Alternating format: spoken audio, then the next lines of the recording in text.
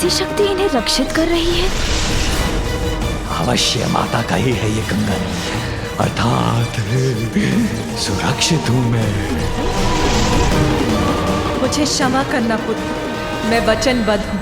निरंतर प्रहार करना पड़ा तो करूंगा, किंतु दंडित अवश्य करूंगा इस दुष्ट को। दंड।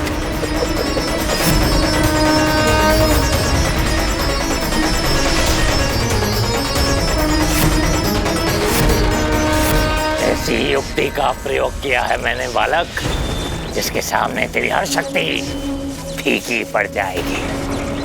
व्यर्थ तोड़ा तुमने अपना दंड, क्योंकि जो शक्ति मेरी रक्षा कर रही है उसे पराजित करने की क्षमता तुम्हें नहीं है। किसका कंगन है ये और कौन सी दिव्य शक्ति इस दुष्ट की रक्षा कर रही है? गजानन अपनी विफलता का कारण नहीं समझ पा रहा है, किंतु पार्वती ऐसा क्यों कर रही है? आप धन्य है माता, आप धन्य है।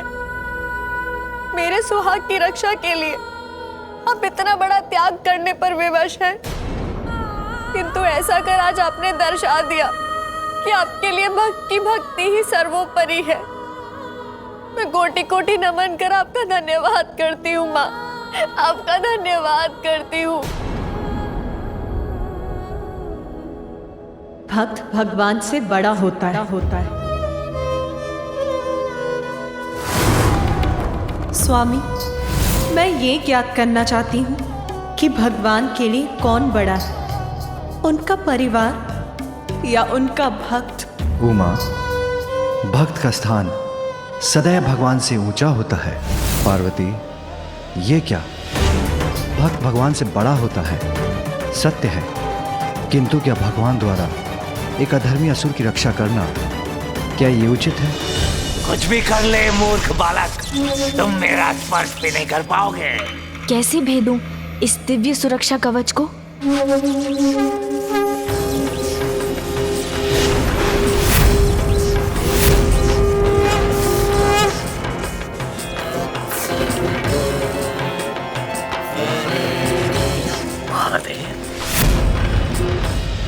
प्रणाम पिताश्री। पिताश्री, कोई त्रुटि है क्या मेरे प्रयत्न में, जिसके कारण बार बार असफल हो रहा हूँ? नहीं गजानन, इसका कारण कुछ और है।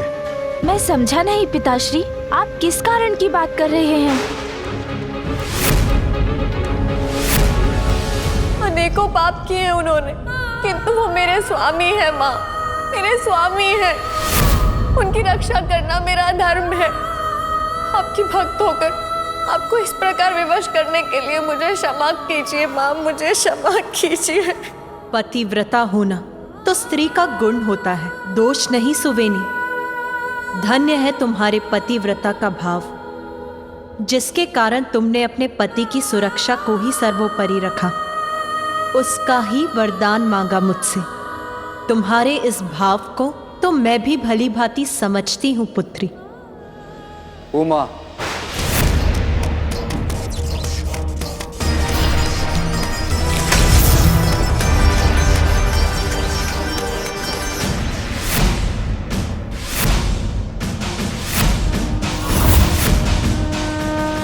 माँ,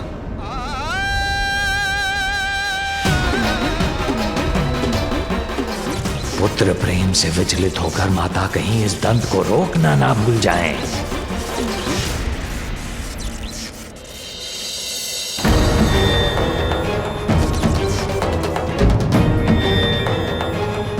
हम महादेव ही इस विकट परिस्थिति को सुलझाएंगे, किंतु यदि वो भी माता को समझाने में असफल हुए तो बहुत बड़ा अनर्थ हो जाएगा।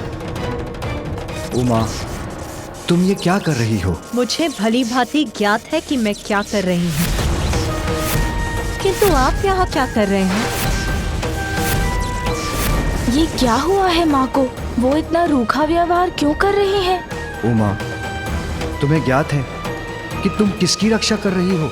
भक्त की भक्ति का सम्मान और उसके सुहाग की रक्षा कर रही हूँ मैं। किंतु ये दुष्ट तो तुम्हारा भक्त नहीं है उमा। है स्वामी, ये मेरा भक्त नहीं है। तो क्या इसीलिए मैं इसकी पत्नी, अपनी भक्त सुवेनी को दिया अपना वचन असत्य हो जाने दूं? विवाह के उपरांत यदि मेरे सुहाग पर कोई भी संकट छाए तो आप उनकी रक्षा करें। तथास्तु। तो क्या भक्त को वरदान देने से पूर्व मुझे ये भी ज्ञात करना होगा स्वामी कि उसके पति, पत्नी और संबंधी मेरे भक्त हैं कि नहीं?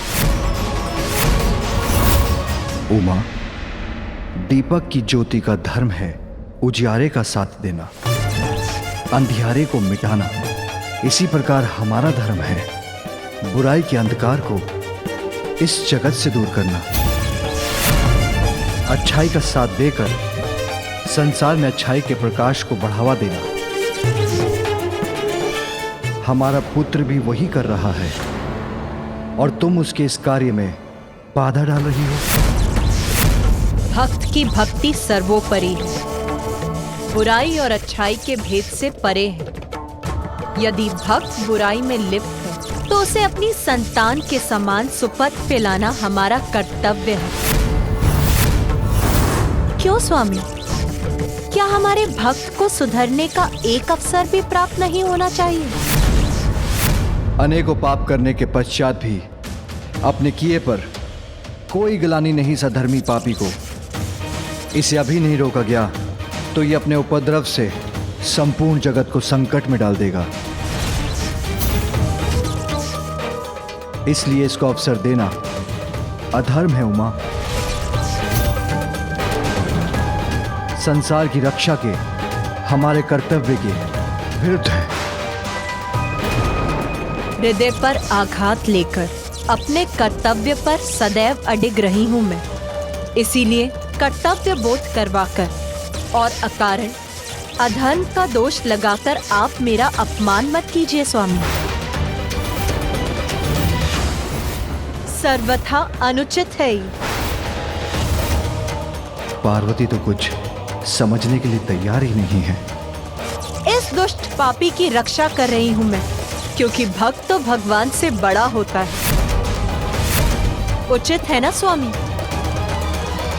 पुनः पूछती हूं मैं, उत्तर दीजिए मुझे। भगवान बड़ा होता है या भक्त?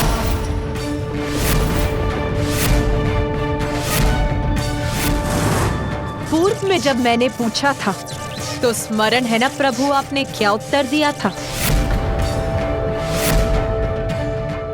स्वामी, मैं ये ज्ञात करना चाहती हूँ कि भगवान के लिए कौन बड़ा है, उनका परिवार या उनका भक्त? उमा, भक्त का स्थान सदैव भगवान से ऊंचा होता है।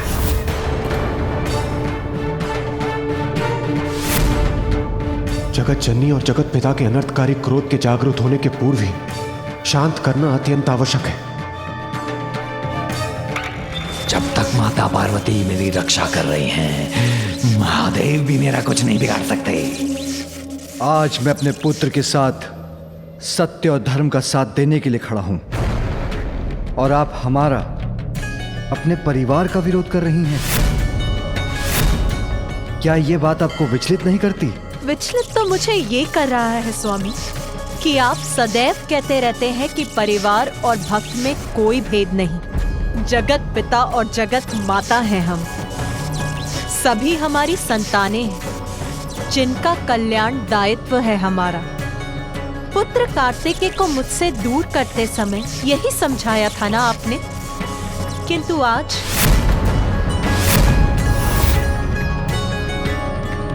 क्या आज अपने परिवार के नाम पर अपने भक्त के प्रति दायित्व को भूल जाऊं मैं? परिवार नहीं पार्वती, धर्म की रक्षा करने का हमारा कर्तव्य ही सर्वोपरि है हमारे लिए। इसलिए इस असुर का बचाव कर अधर्म का साथ दे रही हो तुम, जो किसी भी दृष्टि से उचित नहीं। अनुचित है, अधर्म है। तो क्या अनेकों बार जो आपने असुरों को वरदान दिया वो भी अधर्म ही था? घोर तप किया था उन असुरों ने, तब विवश होकर ही मैंने उनको वरदान दिए थे। तो फिर जो मैं कर रही हूँ वो भी अनुचित कैसे हो सकता है स्वामी?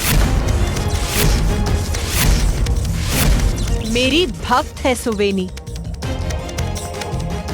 घोर तप किया है उसने।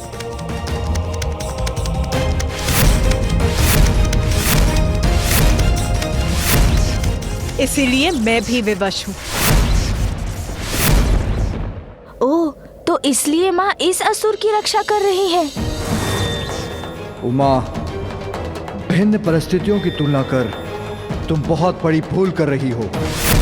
मेरा कहा मान लो, लौटा लो अपना कंगन। ये आपका निवेदन है या आदेश है प्रभु? और ये भी बताने की कृपा करें कि इस समय आप मुझसे मेरे पति के रूप में बात कर रहे हैं या जगत पिता महादेव के रूप में? ये माता अपने क्रोध में क्या कह गई? अब महादेव क्या करेंगे? महेश्वरी, अपना कंगन लौटा लीजिए। मैं अपने पति के ही आदेश का पालन करूंगी। आप सभी अन्य के लिए देवाधिदेव होंगे, किंतु उस रूप में आपका मेरे ऊपर कोई भी अधिकार नहीं।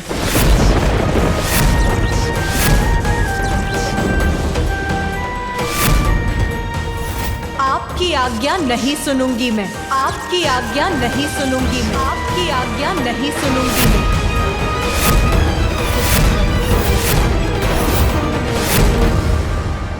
माँ, माँ, माँ, माँ।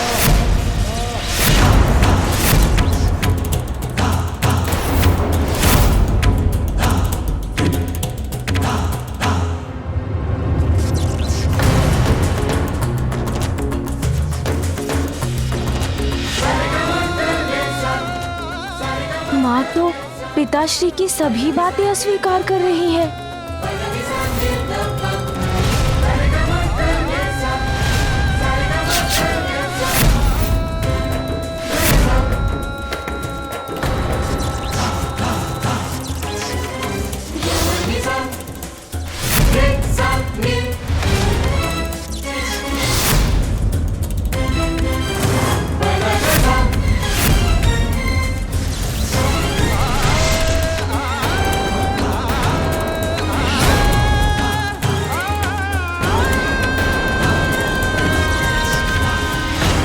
मैंने अम्बे रूप में अपनी भक्त सुवेनी को वरदान दिया था। अपने अम्बे रूप में ही मैं अपने वचन की रक्षा भी करूंगी। मैं आपको चेतावनी देती हूँ, मुझे चुनौती देने का दुस्साहस मत कीजिएगा। ये कैसा अनर्थ होने जा रहा है? उत्तम, अति उत्तम। इनके आपस का मनमुटाव मेरी सुरक्षा सुनिश्चित करेगा।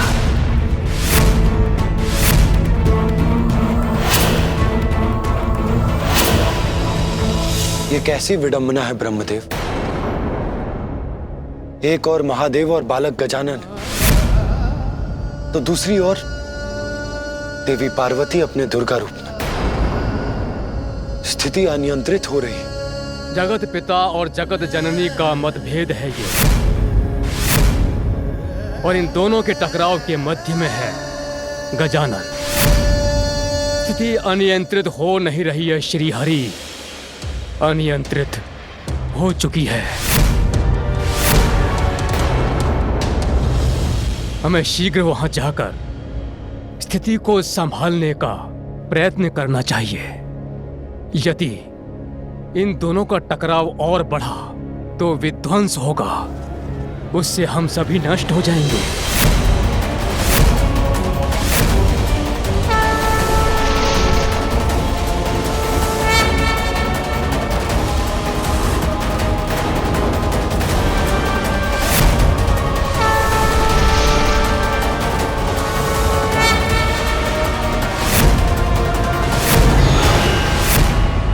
यदि मैंने अपना कंगन लौटा लिया तो गजानन का दंत उस सुरक्षा कवच को भेद कर मूषिकासुर का वध कर देगा और ये मैं कदापि होने नहीं दूंगी। इन्होंने तो और भी विराट रूप धारण कर लिया है और स्थिति भी अनियंत्रित होती प्रतीत हो रही है। ये कैसा हठ है महेश्वरी? गजानन हमारा पुत्र है, तुम्हारा पुत्र है, और आज तुम उसके विरुद्ध जाकर एक असुर की रक्षा कर रही हो।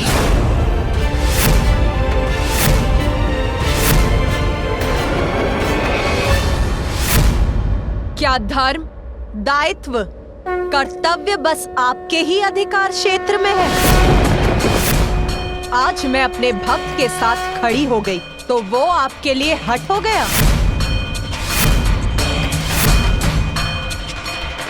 क्या आप भूल गए वो क्षण जब आपने हमारे पुत्र गजानन का शीश उसके धड़ से विलग कर दिया था?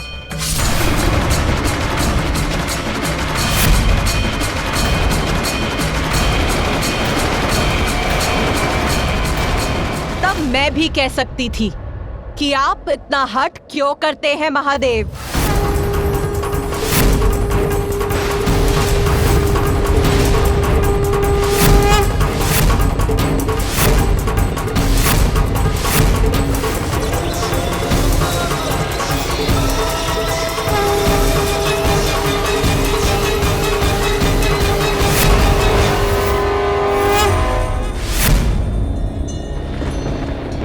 तुम्हें ज्ञात है ना देवी कि मूषिकासुर की दुष्टता का अंत करने के लिए जो उचित है उसी का साथ देने के लिए ही गजानन क्रियाशील है।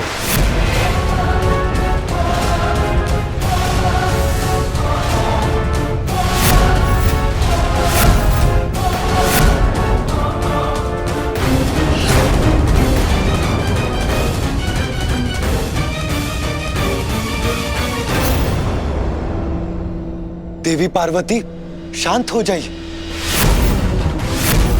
कृपया अपने क्रोध को शांत कीजिए।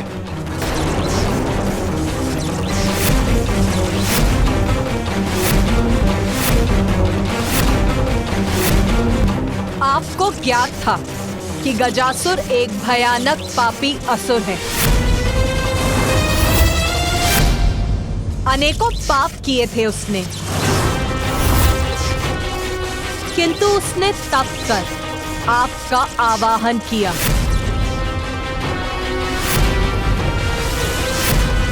आपको अपने उदर में समाने के लिए कहा। कहो, क्या वरदान चाहिए? आप चाहिए भोलेनाथ मेरे उदर में सदा के लिए। तो आपने उसको क्या उत्तर दिया स्वामी?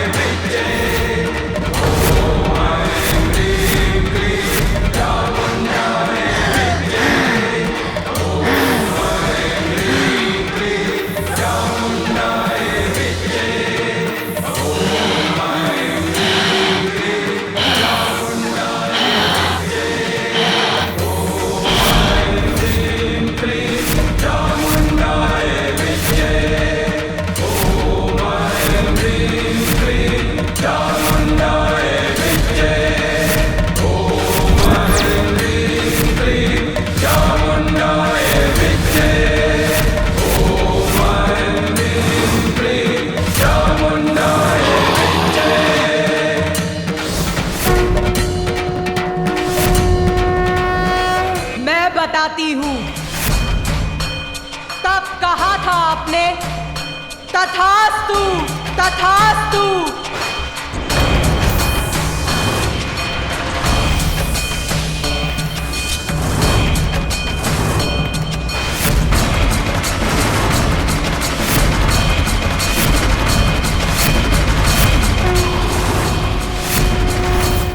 देवी, शांत करो अपने आवेश को। तुम्हारा पुत्र भी यहां है। क्या तुम चाहती हो कि वो ये देखे कि उसकी मां उसके सन्मार्ग को चुनने के कारण इतनी आवेशित हो रही है? मैंने अपने पुत्र को ऐसे संस्कार दिए हैं कि वो उचित और अनुचित, धर्म अधर्म का भेद भली भांति समझ सके। वचन का महत्व समझने में सक्षम बनाया है उसे मैंने। मैं पुनः कह रहा हूं देवी, जो तुम कर रही हो वो अनुचित है। विवश कर रही हो तुम मुझे।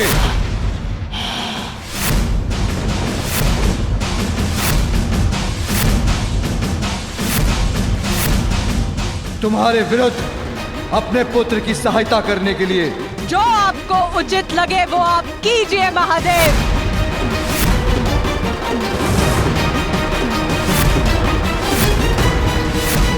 किंतु इतना जान लीजिए, मूषिकासुर की ओर बढ़ने का जो भी प्रयत्न करेगा तो उसे सर्वप्रथम मुझसे टकराना पड़ेगा।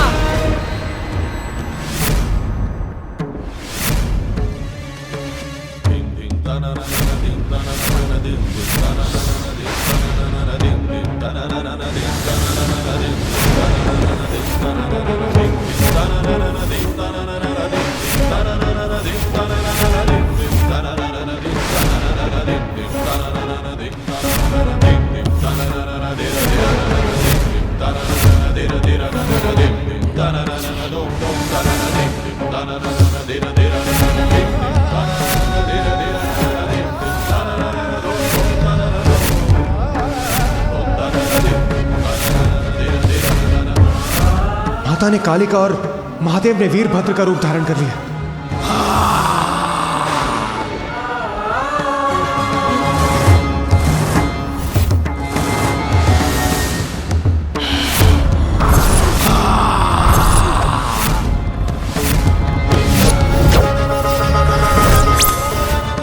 जिसका भय था वही हो रहा है। महादेव और देवी पार्वती दोनों अपने विकराल रूप में हैं। उनके मध्य संघर्ष हुआ तो सृष्टि छिन्न भिन्न हो जाएगी, कोई शेष नहीं रहेगा।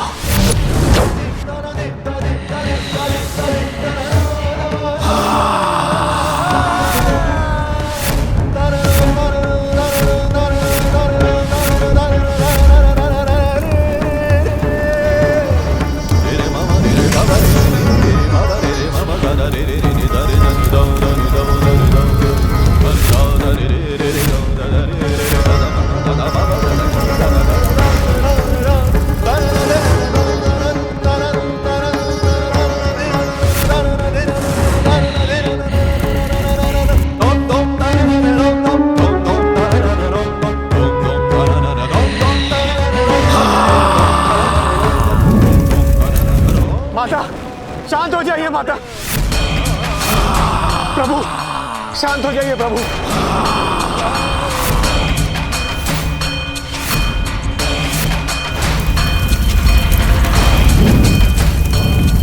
ये जो भी हो रहा है अनुचित है। माँ और पिताश्री में युद्ध नहीं होने दूंगा मैं। माँ,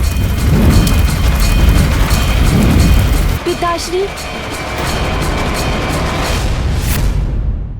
आप दोनों मेरे कारण युद्ध मत कीजिए।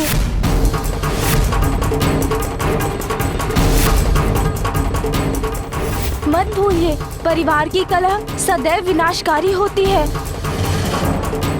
आपको स्मरण है न पिताश्री, मैंने आपके साथ युद्ध किया था तो उसका क्या परिणाम हुआ था?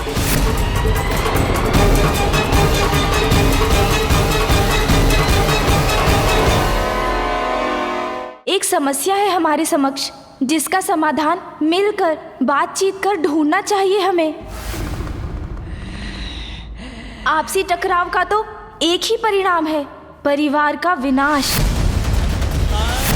आप दोनों का ये युद्ध मेरे कारण हो रहा है ना, तो माँ, पिताश्री, लीजिए, मैं अपना दंत लौटा लेता हूँ।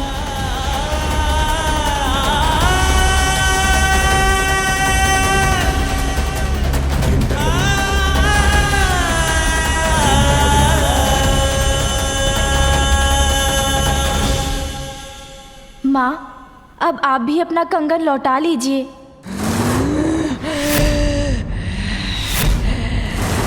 नहीं माते नहीं, मैं पुनः असुरक्षित हो जाऊंगा माते नहीं।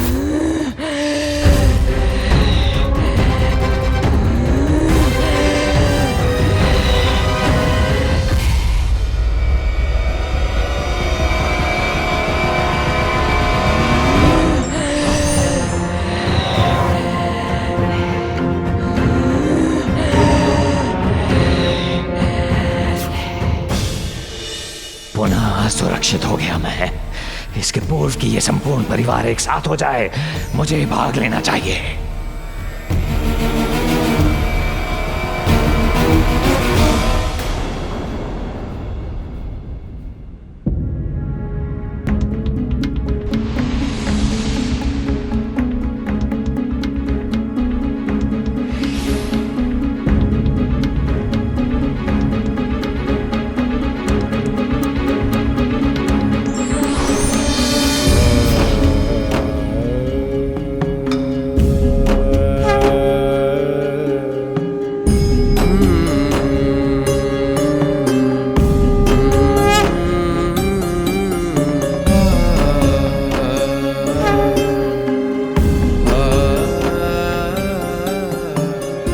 व्यर्थ युद्ध करने जा रहे थे आप दोनों, क्योंकि जिस मूषिकासुर के कारण ये सब हो रहा है उसकी वास्तविकता भूल रहे हैं आप। मूषिकासुर पूर्व में क्रोंच नामक गंधर्व था। विलंब होने के कारण क्रोंच तीव्र गति से अपने निवास की ओर जा रहा था। बहुत विलंब हो गया मुझे। इंद्रदेव की सभा से शीघ्र निकलना था मुझे।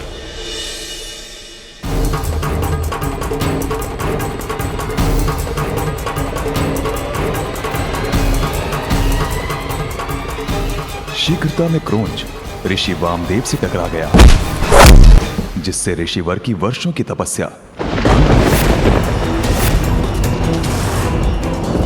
ऋषिवर बहुत क्रोधित हुए और उन्होंने क्रोंच को असुर बनने का शाप दे दिया।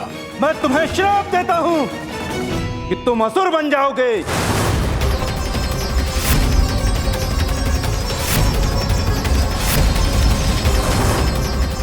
ऋषिवर नहीं, डाल से पैर टकरा गया और मैं आप पर गिर पड़ा। आपकी तपस्या भंग करने की मेरी कोई मंशा नहीं थी ऋषिवर।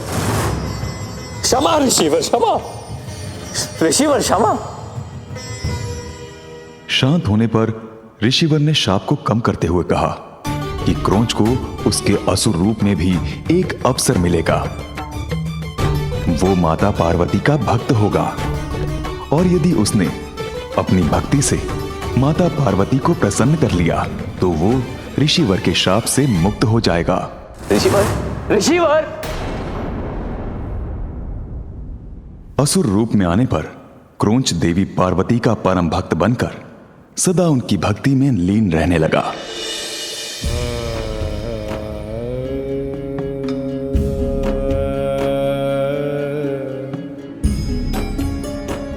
जिससे माता पार्वती ने प्रसन्न होकर उसे दर्शन दिए।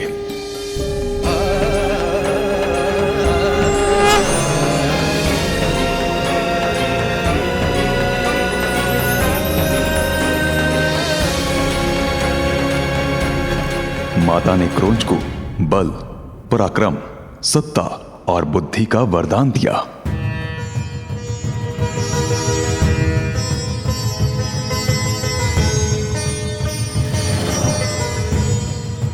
उसी समय क्रोंच की दृष्टि माता के हाथ में स्थित अमृत की कटोरी पर पड़ी, जिसे देखकर वो लालच में आकर माता से अमृत की मांग कर बैठा। किंतु माता ने उससे कहा कि अमृत मात्र योग्यता के आधार पर ही प्राप्त होता है और अभी क्रोंच अमृत पाने के योग्य नहीं बना था।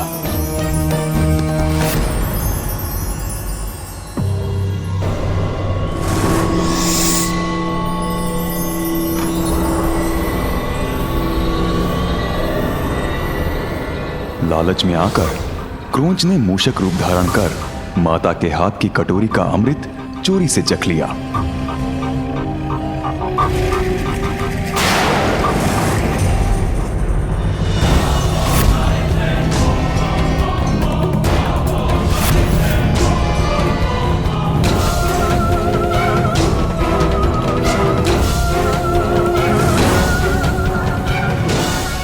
माता ने क्रोधवश उस असुर को ऋषि वामदेव के शाप से मुक्त करने के स्थान पर और बड़ा शाप दे दिया। मेरे मना करने पर भी तुमने मूषक रूप धरकर अमृत को चुराया, इसीलिए मैं तुम्हें ये श्राप देती हूं। आज से तुम मूषिकासुर बनकर चोरी से ही अपना उदर भरोगे।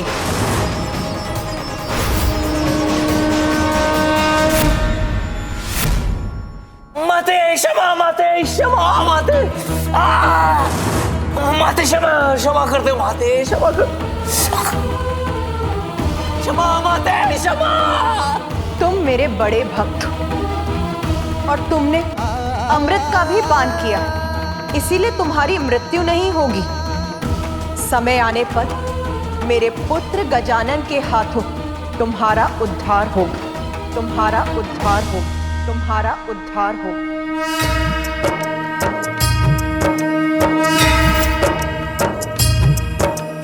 या देवी सर्वभूतेषु शक्तिरूपेण संस्थिता नमस्तस्यै नमस्तस्यै। क्रोध विनाश का कारण बनता है। सृष्टि की रक्षा के लिए आपका शांत होना आवश्यक है। समस्या का हल क्रोध करने से नहीं, विचार करने से होगा और इस समस्या का हल केवल गजानन के पास है।